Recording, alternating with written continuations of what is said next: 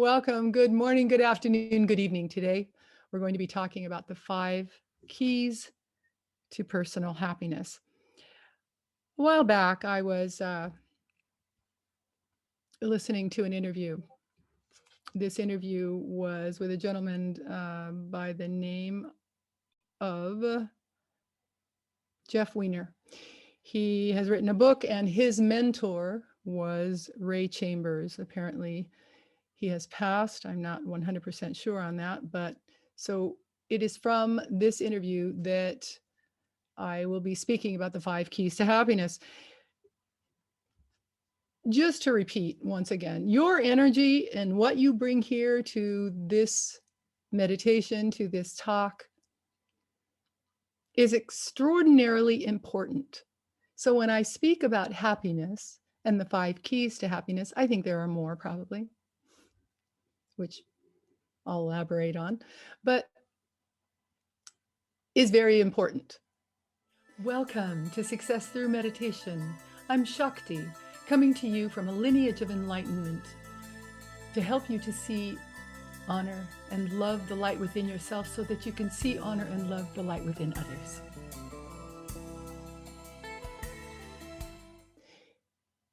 If you are in a high consciousness, your awareness is more open to receiving information, to receiving knowledge. It's not all in my words at all. There are many things energetically that are done here in a very, very happy way that transcend the words that are spoken. And when you bring a happy, high consciousness to a situation, you are more open to receiving these empowerments. And isn't that why you're here, really? Power. Truth be told, when I say power, of course, I mean energy, clarity, all of it, love, compassion. Isn't that why you're here? So, to begin, and just to kind of get this out of the way, meditation is the short path to happiness. So if you're looking for the 5 keys to happiness, meditation would be the short path to gaining more happiness. Because meditation causes the self-destructive tendencies that we kind of gather in this world as young little beings, these self-destructive tendencies pass with the practice of meditation. That's why it's the short path to happiness, because you eliminate these self-destructive tendencies to allow yourself to be more available to light, more available to the happiness that you already hold within. But it gets clouded over, doesn't it? It gets covered up by the dealings with life. So, number 1 in the 5 keys to happiness is be in the moment. Always be right where you are. Don't be thinking about the future. Don't be thinking about the past. Be here, right here in this moment. With me, with you, with all of the rest of our meditators, with all of the rest of our sentient beings on this planet. Be here in this moment. There is nothing but happiness here. If you're not thinking about the past and you're not thinking about the future, you're right here. And what else is there but happiness? And if you're not thinking in general, if you're learning to stop thought, then happiness grows and grows exponentially. And I'll get a little bit more into that in a few moments regarding meditation and stopping thought, which is the path that I teach, or the way that I teach to stop thought. You will hear often that it's impossible to stop thought. In my humble opinion, that only is spoken by those who haven't. It's really that simple. You can stop thought. You can learn to have the ability to control what goes in and what goes out of your mind and your heart. All right, so the first thing is be in the moment. Be here in this moment. Number 2, I love this one. It is better to be living than to be right. It is better to live than to be right. Right? There's a very famous psychologist who says, do you want to be happy or do you want to be right? Being a right fighter does not engender a happy life. It simply doesn't. I've observed it my entire life. Right fighting serves no one. Right? So that's number 2. It is better to live than to be right. It is better to be living than to be right. That's number 2. Number 3, be a spectator of your own thoughts. And in my humble opinion, stalking your thoughts is a very good idea. Your thoughts, call them what you want, your disease, your parasites, the diseases you were given as a child, these thoughts, these negative thoughts about yourself are stalking you 24/7. So we need to be stalking our thoughts 24/7, keeping an eye on them, watching them, replacing any negative thought with a positive thought. Because of course, always live in a positive world, always be positive, always think positively. The negative thoughts, the negative feelings don't serve you. Do you understand? They don't serve you. So stalk your thoughts, keep an eye on them, and replace them. And eventually you'll simply learn to allow them to float by, allow them to leave your mind. So stalk your thoughts, especially when you become emotional. We all know that that's the time when the thinking mind, the monkey mind, takes over with emotion, right? It completely takes over, and you lose all sense of yourself unless you have learned not to. So stalk your thoughts. It's very important that when you're stalking your thoughts, by the way, that compassion is part of the recipe to lead you again toward the happiness that you seek. Compassion for yourself, compassion for others. Keep an eye on your thinking. Number 4, be grateful every day for at least one thing. Think of one thing every day to be grateful for. I'm sure you've got many. There are many people also who keep a gratitude journal. I find that to be very useful so that you can remind yourself of what it is that you have to be grateful for on a daily basis. But the number 4 in the 5 keys to happiness is find one thing every day to be grateful for. To live in a state of gratitude. Gratitude is the very highest human sentiment. Gratitude. Love is who you are. So I wouldn't put it in the sentiment category. Yes, being loving is a sentiment, but gratitude is a sentiment that is the very, very highest that a human can have. And so why not live in that space more than not? But just for the 5 keys, think of one thing every day to be grateful for. Number 5, be of service. Be of service to others. That can mean many, many things. Being of service can mean giving a smile to someone that you pass on the street, although none of us are passing too many people on the street since most of us are sequestered, but still.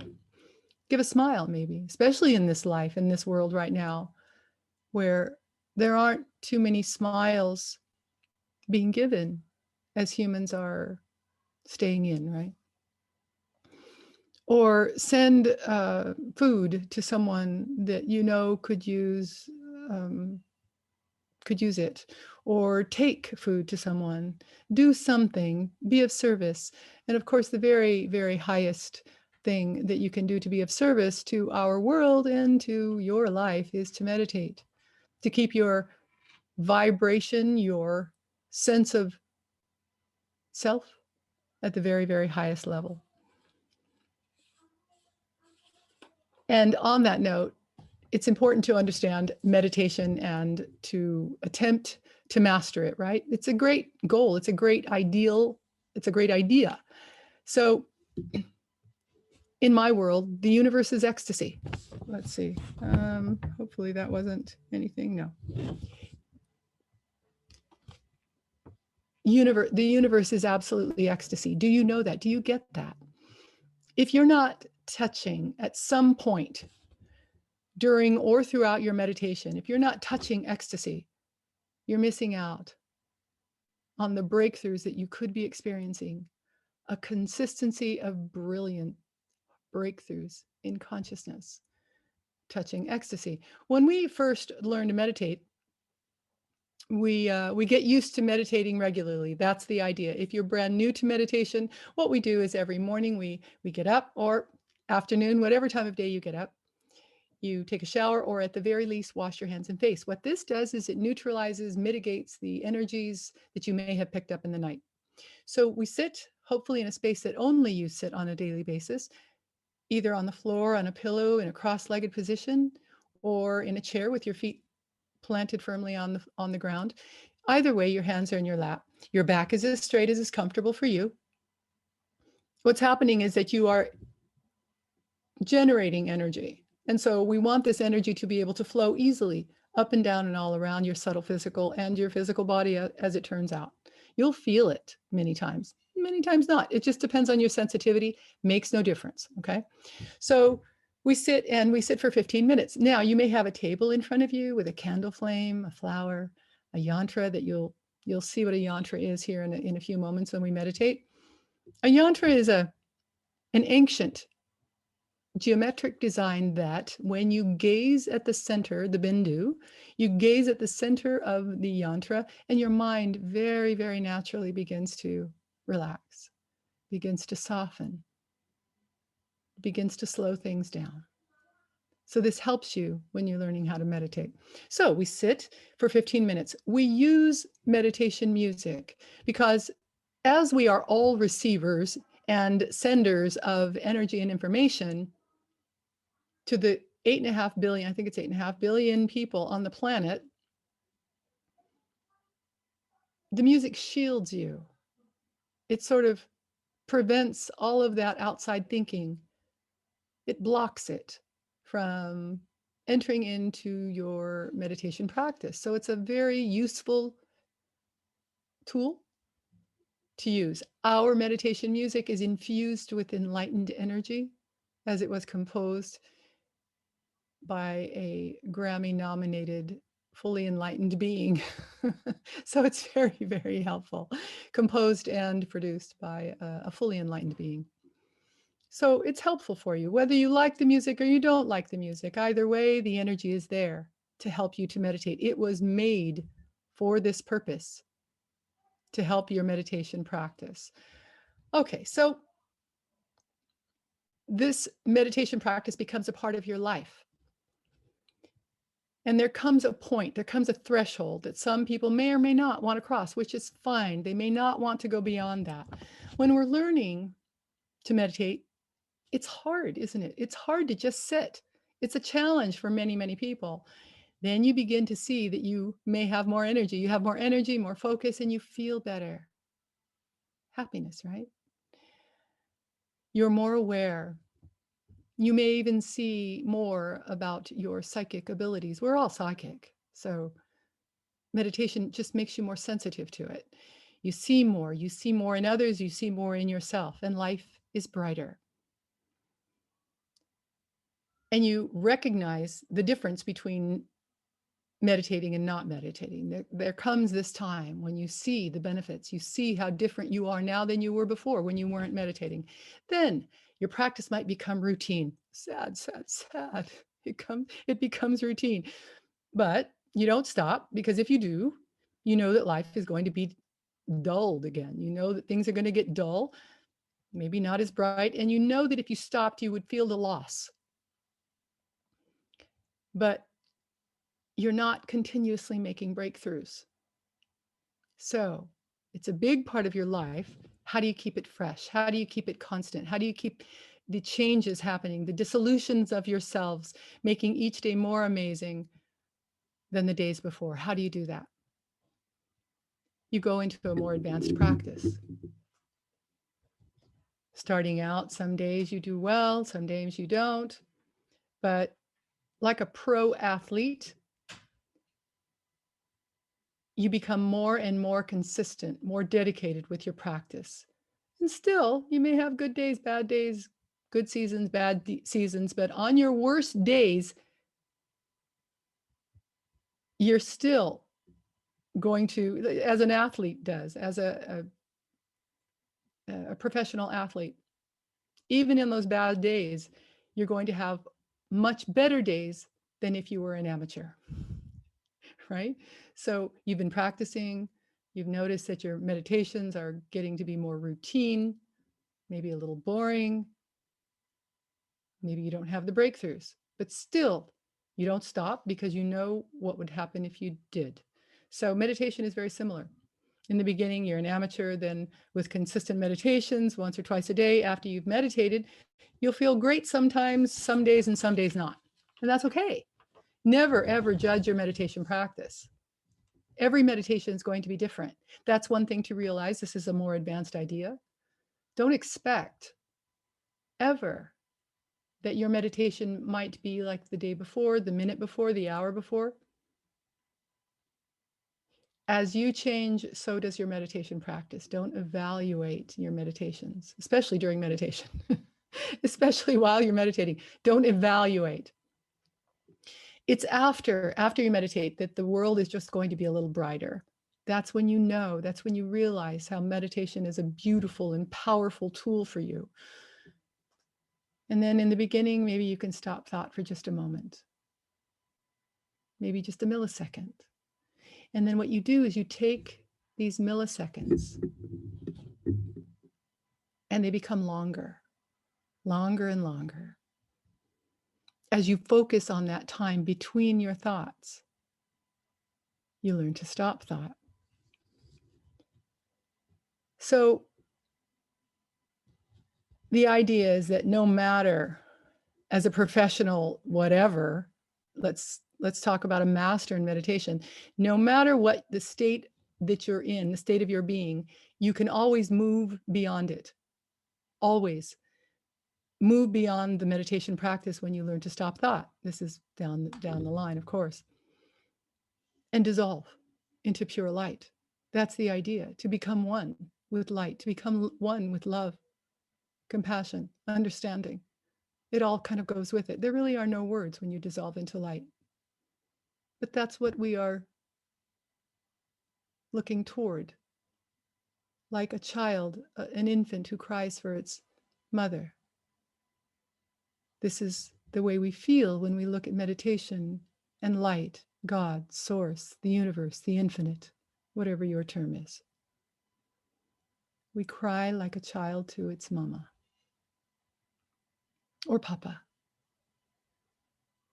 wanting to be held, wanting to be loved. That is meditation. That is who you are. You are that. You are that love incarnate on this planet. And so meditation connects you. It's sort of well, it is. It's the light that connects you to the truth in who you are. And knowing the truth in who you are, which eventually all can know and attain. And you've got it in you. It's not really a matter of attaining it. It's there, but you have forgotten. So meditation is the link, teaching you how to stop your thinking. So that in this world, while you're traveling this world and being, working to be happier and happier, you are noticing and connecting more to light as you silence your thinking. So you use your willpower to sit down every day, starting with 15 minutes. After a few months, double your time. Maybe add another meditation. A meditation at noon, sunset, right before you go to sleep. These are all very high times to meditate. They're easier. The world slows down during those times and making your meditations much simpler. Easier to meditate, easier to stop thought during those times. And then eventually you work up to a couple of hours, morning and night. Yeah, twice a day. 1 hour twice a day, right? There's really no need to meditate any longer than that unless you are very, very inspired. But 1 hour twice a day is a really good thing to work toward, right? But for now, 15 minutes, start there. And maybe you'll stay there, and that's okay. That's perfect. Wherever it is that you want to be with your meditation practice is perfect. Just be where you want to be. If you want to practice every day, do it. Don't allow those other voices to tell you, oh, nothing is happening. It's no good. You're not getting anywhere. Because we already know. We actually have scientific proof about what meditation does for you. Consistency, dedication, love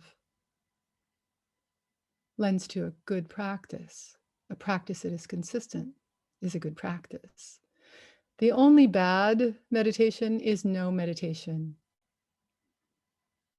Please hear that. The only bad meditation is no meditation. So consistency is very, very key, right? And we're looking at magic here. We're looking at ecstasy, that's all. Bliss, that's all. Happiness. Yes, in the 5 keys to happiness, meditation is paramount. To serve, to love, to be grateful, to be in this moment, to not be a right fighter. These are the keys to happiness. So meditate daily as deeply as you possibly can to have the brightest, happiest life that you possibly can. And know this, that happiness is something that once you see the true happiness within yourself, nothing can ruffle it. You might have a day that others might call a bad day, or you might have a day where everything seems to go wrong, and you're still happy because it isn't the outer circumstances that determine your happiness. You've already contacted light. You are already aware of light. And so all of these things that sort of ruffle the monkey mind become inconsequential as you are in contact with light, which is you. And hopefully you learn at that point to love yourself. It all flows from there. Clarity of mind flows from you loving yourself, loving the light within you, loving yourself, loving others, loving your neighbors, loving your enemies. It all leads to a happier life. As we prepare to meditate, please do go ahead and sit up nice and straight. I'm going to take myself off camera. As we begin to relax the body, focus all of your attention on your eyes and the muscles around your eyes. Relax the muscles around your eyes. As you do, your jaw muscles, your facial muscles will also begin to relax. Relax, relax, relax. Take a deep cleansing breath in through the nose, out through the mouth, and hold for the count of 3 at the top.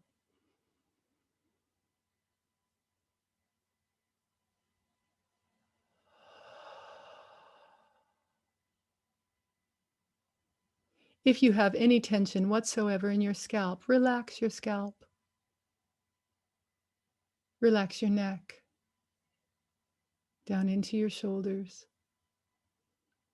Relax your upper arms, your lower arms. Relax your hands and your fingers. Some of you may feel a tingling sensation as we focus on each part of the body. This is the energy that you are engendering and gaining. If you don't feel anything, it's all right. It's just sensitivity, no worries. It's still doing its job, revving up the energy in your subtle physical and your physical body. All of this is still happening, whether you feel it or not.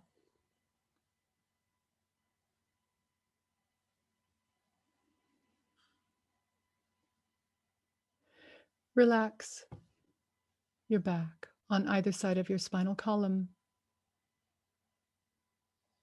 Relax your hips. Relax your abdomen.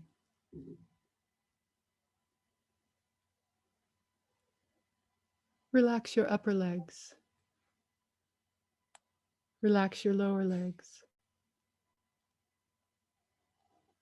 Relax your feet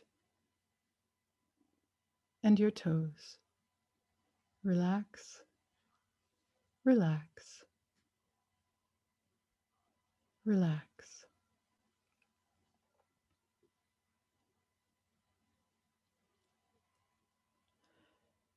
Practice the following technique whenever you feel any tension entering into you from the outside. This particular exercise can be practiced while seated, of course, as part of mindfulness also. It can be practiced while you work, while you speak with others, or while you engage in any activity. This exercise is particularly effective when you need to stop tension, frustration, or panic immediately. Focus your attention on the center of your stomach, in the area of your navel. Feel that this is an area of tremendous strength. Visualize a sphere, a dome of red energy surrounding your entire body, which is supported by your own willpower. Positive thoughts, feelings, ideas, and vibrations can pass through this sphere and reach you. But as long as you visualize this sphere of red energy surrounding you, negative thoughts, hostilities, anger, and aggressive feelings of other persons and situations cannot enter you. While you're visualizing this sphere of red energy surrounding you, feel that you are consciously directing energy from the center of your body in the area of your navel throughout the sphere. Feel that the energy of your willpower can easily deflect tension-causing feelings and frustrations that are directed toward you from the outside world. You will find that with repeated practice, it becomes easier and easier to visualize this sphere of red energy, and that you will be able to stop the negative energy of others from entering you. If you are new to meditation, to the meditation practice, continue this visualization until our meditation music has ended. The idea in learning to meditate is focus, focus, focus, learning to focus. So continue to visualize this red sphere of energy surrounding you. If you have been meditating a few months, a few years, or longer, continue to visualize this red sphere of energy surrounding you as you embolden it from the center of your being, your power center, into the first few moments of our meditation's music. Then Let go. Let go and let eternity do with you what it will. Now, let's meditate.